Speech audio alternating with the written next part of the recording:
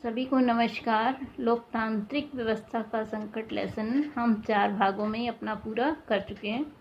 आज हम उसके 5वें भाग में देखेंगे कि इसके मेन पॉइंट्स कौन कौन से हैं और दूसरा इसके मेन प्रश्न कौन से बनते हैं। तो चलिए शुरू करते हैं अपना आज का लेसन। जैसा कि हमने अब तक पढ़ा कि 1966 में इंदिरा गांधी जी प्रधानमंत्री बनी लाल बहादुर शास्त्री जी की मृत्यु के बाद।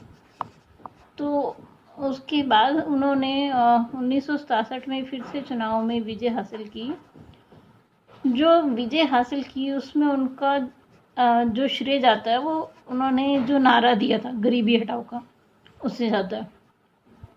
लेकिन देखिए, जो नारा उन्होंने दिया उसे वो लागू नहीं कर पाई। उसके 2 वजह थी। सबसे पहली देखिए, एक तो भारत और पाकिस्तान का युद्ध हुआ जिससे 80 लाख शरणार्थी पाकिस्तान की सीमा पार कर भारत आ गए। और दूसरा ये था कि अंतर्राष्ट्रीय बाजार में तेल की कीमतें बढ़ गई जिससे कि भारत में भी उसका असर हुआ। जो खाद्यान्न की कीमतें थी वो बढ़ गई। 1973 में 23%, 1974 में 30% कीमतों में वृद्धि हुई, जिससे कि परेशान होकर छात्रों ने गुजरात में और बिहार में आंदोलन किया। जो गुजरात का आंदोलन था उसका नेतृत्व मोरारजी देसाई ने किया और जो बिहार का आंदोलन था उसका नेतृत्व जयप्रकाश नारायण जी ने किया। तो चलिए उसके बाद देखते हैं। एक नक्सलवादी आंदोलन भी चला, अगर आपको ध्यान है तो।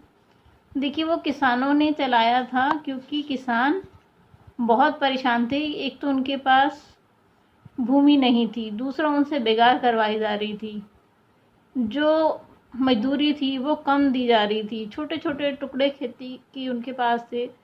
तो वो चाहते थे कि सरकार कुछ करे और उनके साथ भी न्याय हो। ये 3 आंदोलन प्रमुख हमने इसमें पढ़े। और चौथा जो हमने पढ़ा वो था आपातकाल का लगना। एक और जो चीज़ रह गई वो 1974 की रेल हड़ताल थी।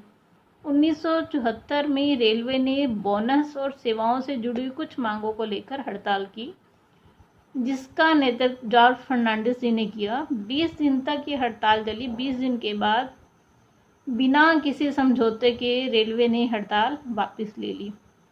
उसके अलावा हमने इसमें पढ़ा कि जो इंदिरा गांधी जी थी उन्होंने 3 वरिष्ठ नेताओं को छोड़कर जो 3 वरिष्ठ न्यायाधीशों को छोड़कर जो चौथे नंबर पे न्यायाधीश थे एन रे, उन्हें मुख्य न्यायाधीश बनाया।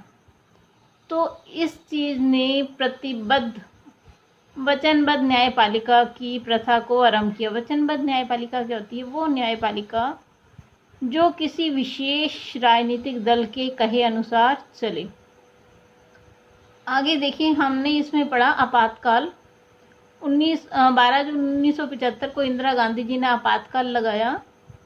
तो आपातकाल में उन्होंने बड़े फैसले लिए कुछ, जैसे कि उन्होंने एक तो गरीबों के हित के लिए 20 सूत्री कार्यक्रम चलाया। दूसरा, प्रेस की सेंसरशिप उन्होंने लागू की। रातों रात समाचार पत्रों की बिजली काट दी गई और प्रेस सेंसरशिप लागू कर दिया गया। मतलब जो भी अखबारें छापेंगी वो पहले सरकार से परमिशन लेगी तभी छाप सकती है।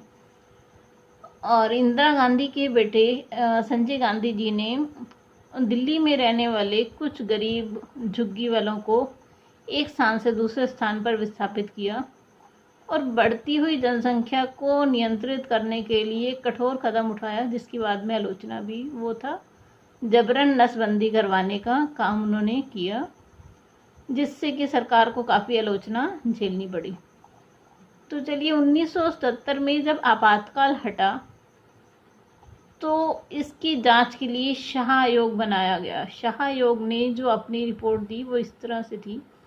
इंदिरा गांधी जी कह रही थी उन्होंने 600 कुछ लोगों को बंदी बनाया, जबकि जो शाह आयोग है उसने कहा कि इंदिरा गांधी जी ने 1 लाख से भी ऊपर लोगों को राजनीतिक बंदी बनाया गया था। तो चलिए उससे आगे हम देखते हैं। जब आपातकाल ख़त्म हुआ तो 1977 में चुनाव करवाए गए, लेकिन जो चुनावों का परिणाम था वो इंदिरा गांधी जी के पक्ष में नहीं था। उन्हें लगभग राज्यों में हार का सामना करना पड़ा। काफ़ी में बहुत कम सीटें उन्हें मिली, और लेकिन फिर भी कुछ राज्यों में उनकी स्थिति ठीक थी। तो इस तरह से इंदिरा गांधी जी को उस चुनाव में 154 सीटें मिली। लेकिन फिर से 1977 के चुनाव में जनता पार्टी की सरकार बनी, लेकिन ये सरकार गठबंधन पर बनी थी, इसलिए ज़्यादा लंबे समय तक नहीं टिक पाई। 1980 में दोबारा से चुनाव हुए। इस चुनाव में इंदिरा गांधी जी भारी बहुमत से जीतकर उन्होंने वापसी की। तो देखिए, इस लेसन में हमने बस इतना ही पढ़ा। अब इसके मेन प्रश्न देख लेते हैं हम, क्या क्या इसके मेन प्रश्न बनेंगे। चलिए देखते हैं उन्हें। तो चलिए देखते हैं इसके प्रश्न कौन से बनेंगे। सबसे पहला जो छोटे प्रश्नों में आ जाता है, तो 1975 में जो आपातकाल है वो किस आधार पर लगाया गया था? तो वो था आंतरिक अशांति के आधार पर। 1980 के चुनाव में कांग्रेस को कितनी सीटें मिली लोकसभा चुनाव में? तो आपका आंसर है 353। तो 1975 के आपातकाल के दौरान कौन सा संविधान संशोधन किया गया? आपका आंसर है 42वां संशोधन। 25 जून 1975 को जब आपातकाल लागू की घोषणा की गई, तो उस समय भारत के राष्ट्रपति कौन थे? तो आपका आंसर है फखरुद्दीन अली अहमद।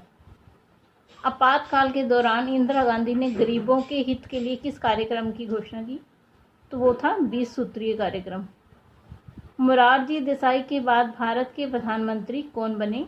तो आपका आंसर है चौधरी चरण सिंह जी।